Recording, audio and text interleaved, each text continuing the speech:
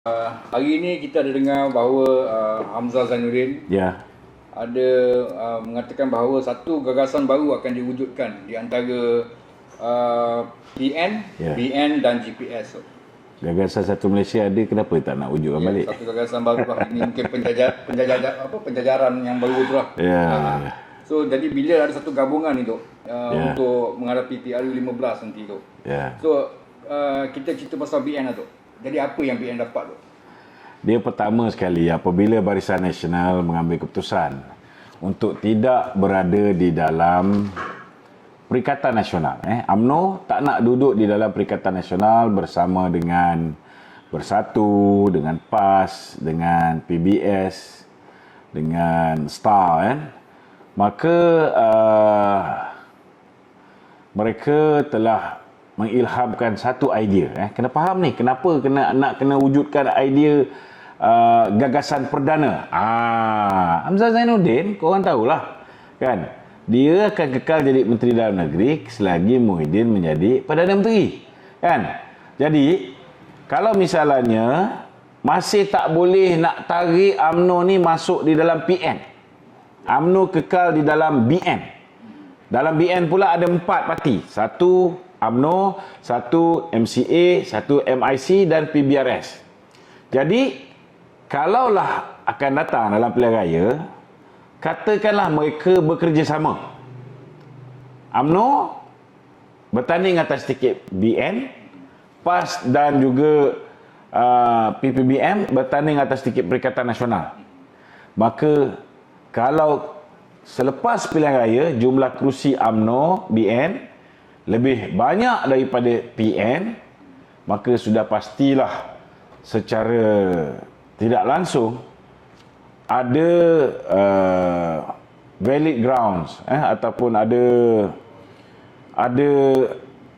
hak yang munasabah untuk UMNO menuntut kerusi Perdana Menteri. Maka Hamzah Zainuddin tak jadilah Menteri Dalam Negeri. Okey.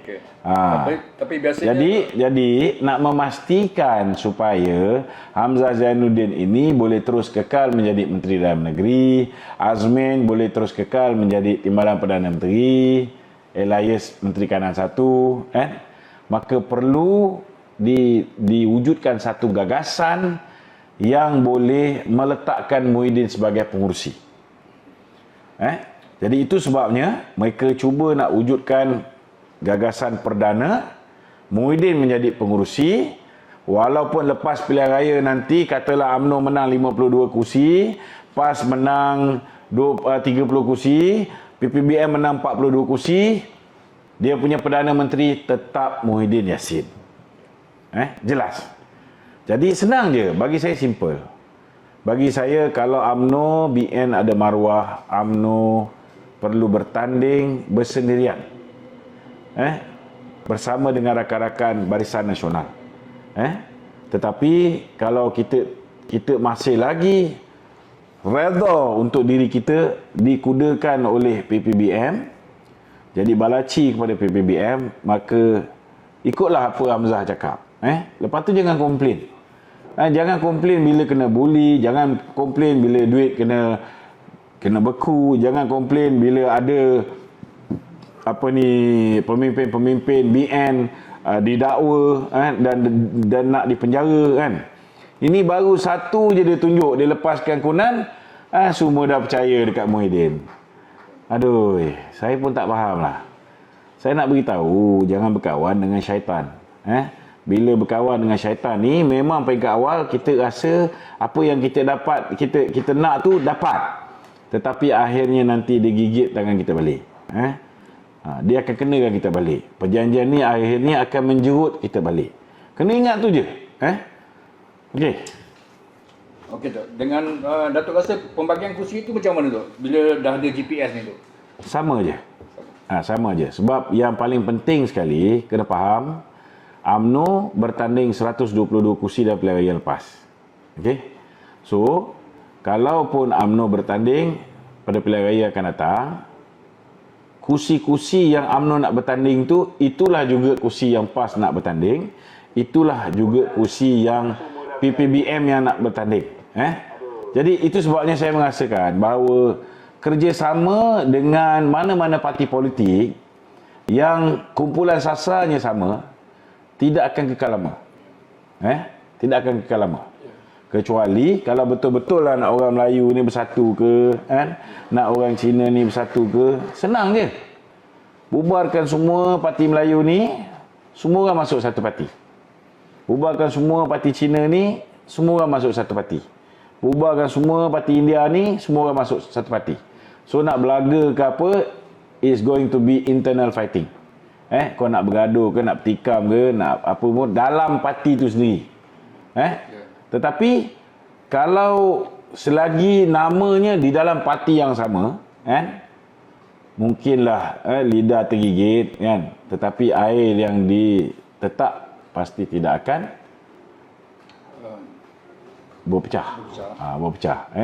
Maknanya dah tetak dia cantum balik. Tetak dia cantum balik lepas pemilihan. Itu standard. So Datuk, kalau benda ni benar berlaku lah.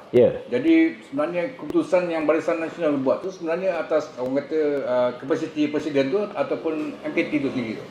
Dia pertama sekali kita tak boleh percaya dengan apa yang Anwar Musa cakap.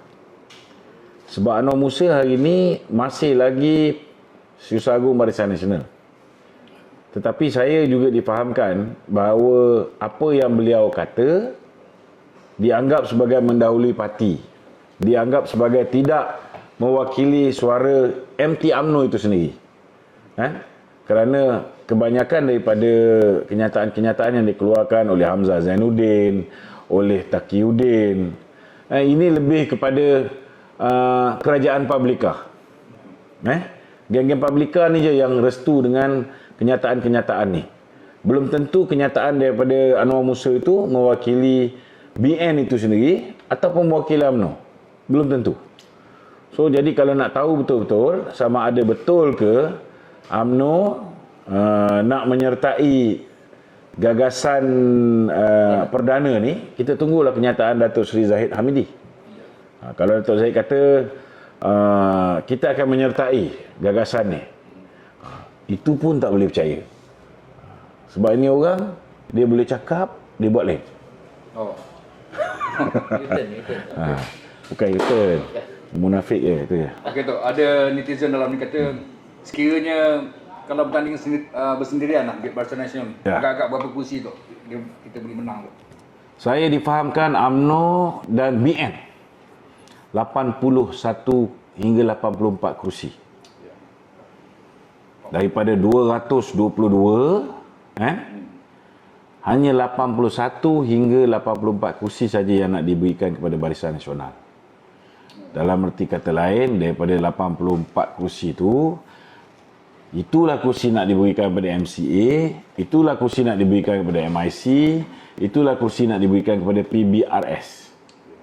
Jadi UMNO mungkin tinggal dalam 50 hingga 52 kursi.